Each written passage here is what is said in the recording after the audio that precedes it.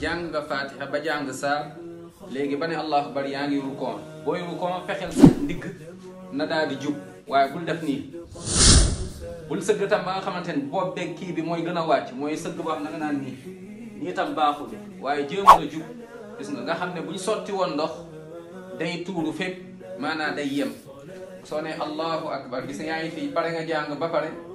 ba ne allahu akbar gis nga boo rukoonee fii nga xool ba léegi mooy fooy sujjóot mooy fooy tegi sa jë gis nga daal di wax mooy nga xool fi ngay rukoo nga ne subhaana rabbiyal azim nga wax ko ñetti yoon